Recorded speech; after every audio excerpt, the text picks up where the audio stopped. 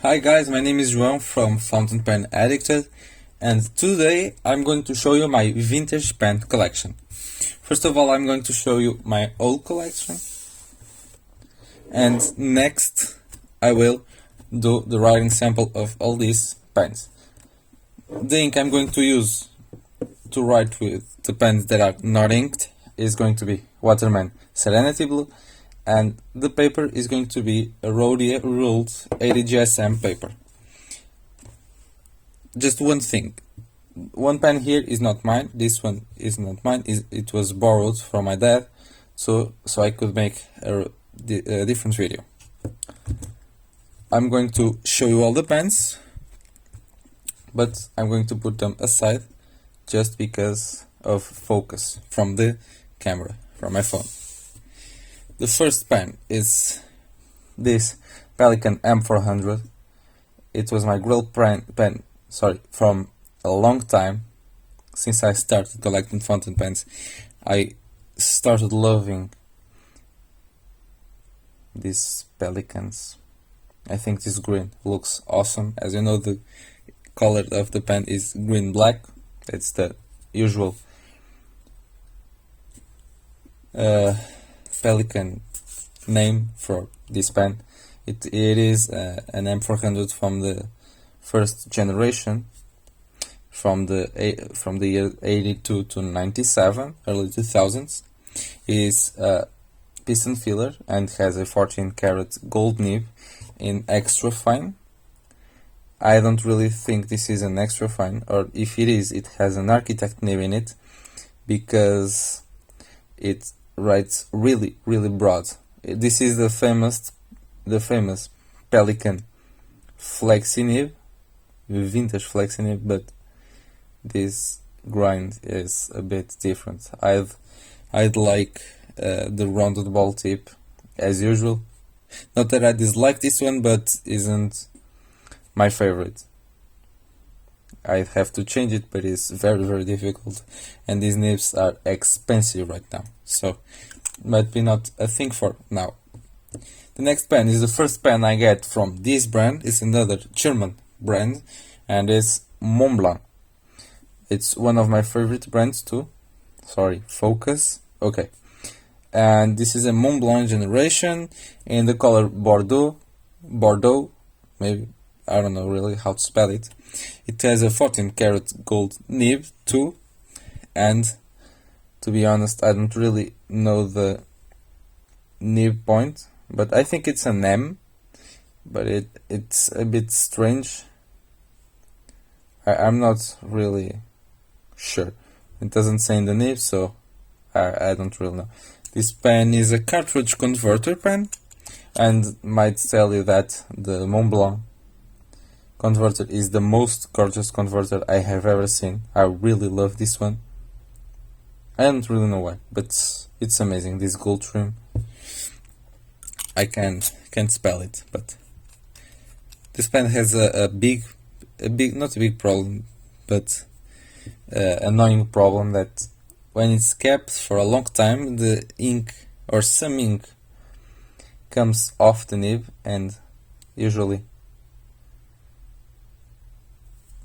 gets my hands all dirty when I'm going to use it. I don't really know why it happens, but I've seen that another Montblanc generations from another people happen this the same. So I don't really know if it's the pen seal or something, but it's something I can live with it. My third pen is my first pen from this brand too, and it is a Esterbrook pen, and I'm not really sure about the name of this pen. It was really shipped to me. It has some problems, that's why, but I really loved this celluloid color. I have never had a celluloid pen, and this was my first one, and it's just gorgeous. What I found in the internet is that this pen was made in the 50s, and it's an Esterbrook LJ. I'm not certain of it, but if you know it, let me know. It's a lever filler pen, also my first lever filler, so it's very interesting. It's not working, as you might imagine, because of the rubber sac it has inside. It's broken because with years rubber gets hard, and then when you try to use it, it won't function as it should, and it breaks because it's hard. My fourth pen was given to me, I didn't bought it, and it is a Waterman pen. I think it's my first Waterman too. It's really interesting how some of my vintage pens are the first pen I have ever gotten from a certain brand. And this pen was given to me. I really like it. It's also Bordeaux or Burgundy. I don't really know how do you say it. It has a steel nib, not a gold nib, and it's in an M. A problem this pen has is this nib. It's all rusty. The previous owner didn't take care of it. Sorry, this is ink because it's not the first time I shoot this video or I record this video. This pen, the nib in this pen, it's an M nib. It says right here. I don't know if you can see it really, but sorry, I'm shaking a little. I don't think you can see it. It's right there, but it's not very good. But it's an M. I reckon it being a broad or something because it's a really broad line, but they call it an M. It's an M. It's a medium, but I would say it's a broad nib. Next, it's not my favorite, but one of my favorite for sure pens. This pen is gorgeous. Sorry for the focus. And it's a Parker 51 Vacuumatic. The Vacuumatic means it has a pump inside, and when you click this button, the pen sucks ink. As you know, this has a hooded nib. This pen isn't working just because of the same reason the Esterbrook isn't working, because of the rubber sac inside. But it's a bit sad, but I'll manage to fix it later. This pen has some scratches on the side. It might have the name of the previous owner, but when they tried to sell it, they scraped it off, and it's really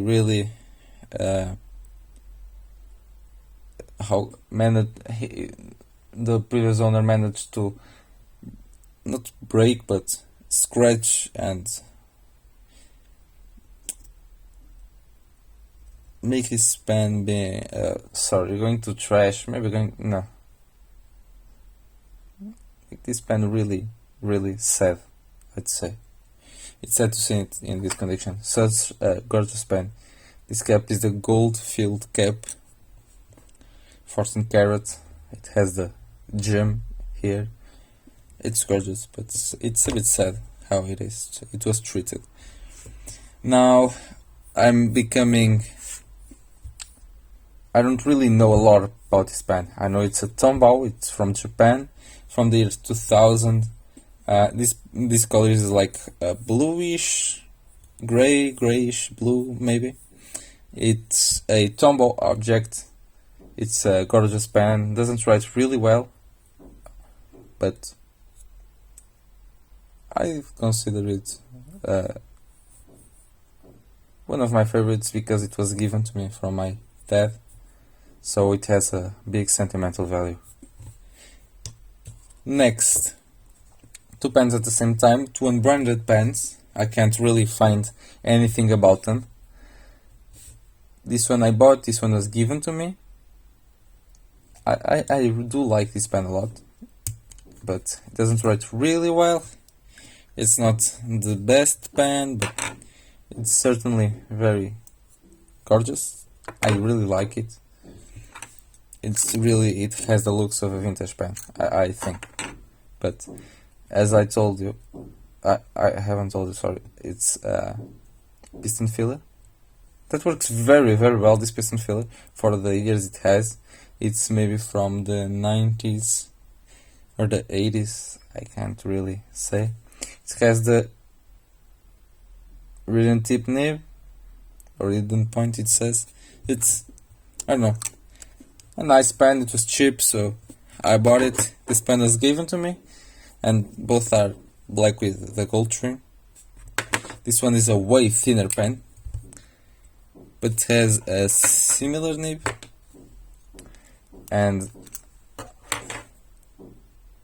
don't even know if the same brand made them, but it's interesting how this is. They don't say the same thing in both. It says Iridium Point Germany, and this is Iridium Point M. This is the size. I don't really know the size of this one, but they write pretty well. Sorry, this one writes pretty well, and I think it's maybe a fine. This one doesn't write well at all. Not well, not bad, like unusable, but it skips a lot. That's the only issue I have with it. And then the last pen is, as I mentioned, not mine. It's from my dad, and it's one of my favorite pens. I really like this. As you already know, I like in vintage pens, I like the gold look, and this pen is nothing more, has nothing more than the gold. This is a Schiffer Targa from the 80s to 90s, I believe. It is not gold filled as the Parker is, but it is gold plated. I don't really gold electroplated, sorry, in 23 karat gold, and it is a very pure gold. It's not the purest, because purest is the 24 karat gold, but this one is really bright. A real gold, I'd say. This you can see it, maybe in the camera you can't, but this gold is way more brilliant than this one. This is a bit more opaque, and this one is brilliant, really. It's opaque too, but you understand me. It has a famous inlaid nib from Schiffer, and it's a 14 karat. I believe it's an M nib, but it doesn't say anywhere to.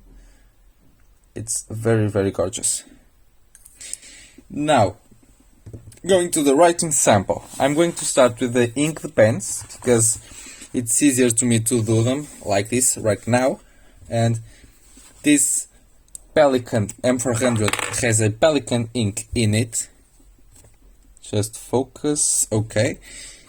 This is a Pelikan M400 with an extra fine. And as you can see, this pen has some thicker side strokes and thinner down strokes. I'm not applying any pressure, that's why this is so narrow. And if I apply some pressure, it becomes a famous vintage Pelikan nib. It's a bit sad that an architect, because you can't really look at the real difference between both strokes, you know. But it is how it is. I still really love this pen. The ink is Pelikan Edelstein, and it is one of the most sought after ink from Pelikan Edelstein, and it is Pelikan Edelstein Olivine. A lot of people love this green. I'm included in it. I have almost a full bottle. I have only used this ink in this pen. I got it for a special occasion, and when I bought this pen, it was really the only occasion I could ever use that ink for the first time. I still have almost the full bottle only used in this amazing pen. I think these colors really go very well. Now, it is the Montblanc generation. I'm going to write it as if being an M.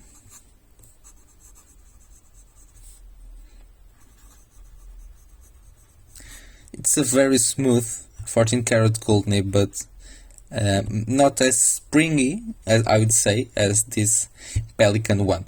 The ink is Diamine Oxblood.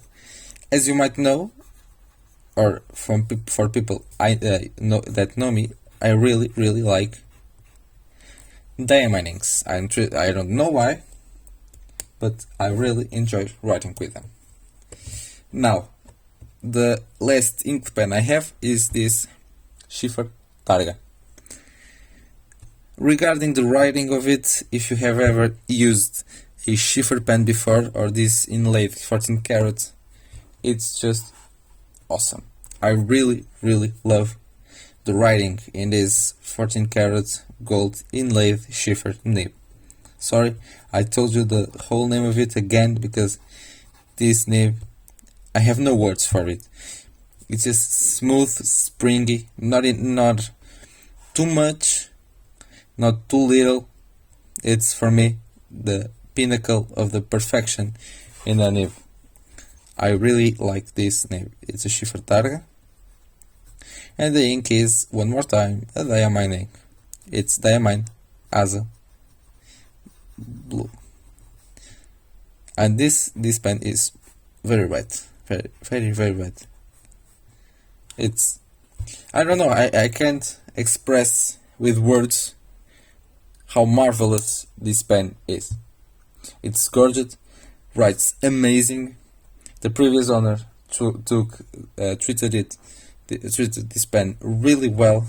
I don't have nothing to say. It's just the best pen. Now I'm going to pick up the Waterman ink bottle. I'll keep it here, or maybe here so you all can see it. Yes. The first pen I'm going to ink up and show you is the Esselbrook. I'm going to write the name of the ink only once because it's not needed to write a lot of times. This Esselbrook nib is it's supposed to be an extra fine because it says here engraved 1550, and I searched for it and it was supposed to be an extra fine, but it was really scratchy. So I turned it into an italic nib. It's still pretty fine, but it's way better, and it now writes well. Before it didn't write well at all. I'm going to write this pen as being the LJ because I don't know anything better. And look at this. This is just a gorgeous writing. I really enjoy this nib. Before it was horrible, now it is really good. Sorry for the focus. Really good. It's smooth. This italic is gorgeous. The line variation isn't huge, but it's well enough. I really love it. The only problem is that because of the sack being broken, I can't use it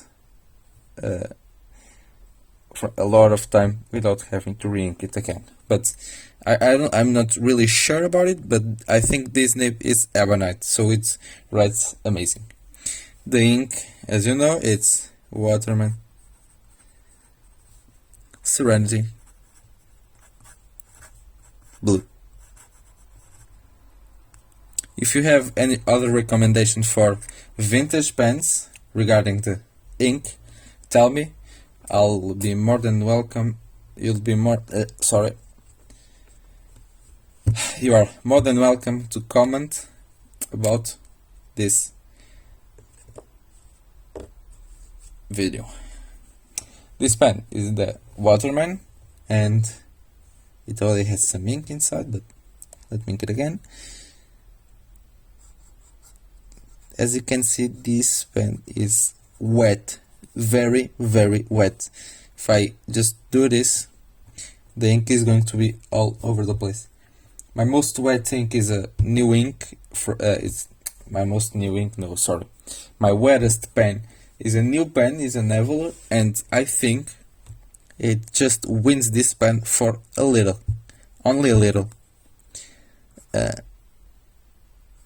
Sorry, I misspelled it. Look at this. This is such a wet pen. It's even wetter than this Schiffer. Now, the next pen is one of my favorite pens, and it's my Parker pen. This pen has an extra fine 14 karat gold hooded nib that's very famous from the Parker brand. It has an ebonite feed. You can't really see it's ebonite, but it really is the best extra fine you have ever seen. The wettest extra fine, the smoothest extra fine. I don't really like extra fines. I like fines, but extra fine is too fine for me. And this pen is amazing. I would write with this one for all day. It's Parker 51. See how this extra fine nib is wet, and it's a pleasure to write with it. Doesn't skip and all. It's amazing. I don't really know how to express myself about this one too. I think for me vintage pens are just another level. I don't really know how they were so different. They are all the same, they are all fountain pens, but it's so different at the same time. Now, next pen is this Tombow. It doesn't write really well, but it's writing, so it's a good start. This is a Tombow object. It's not as bad as it was some time ago, but it's not near the Parker or the Waterman. It's just another story. Sorry. Now we'll go to an unbranded pen. I'll dip it too. This one doesn't write really well, but branded. I'm actually surprised. Maybe the ink I had it in before wasn't this good. I think the last time I used it, it had Lamy Crystal ink. It had Lamy Crystal Azurite, but it's now way better. It's a bit springy, even being a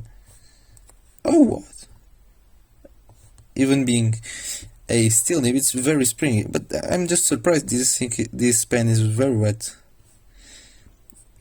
Maybe because of me dipping these pens, but I don't know. I'm actually surprised. Now the last one, another unbranded pen.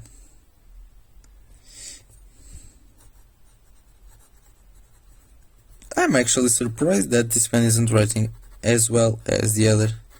I don't know, it's writing well. It's writing very well. It's just very fine, maybe. Maybe not fine, even extra fine. We can compare it here. It's a springy nib too, but I think the M nib in this pen is even springier. Let us see.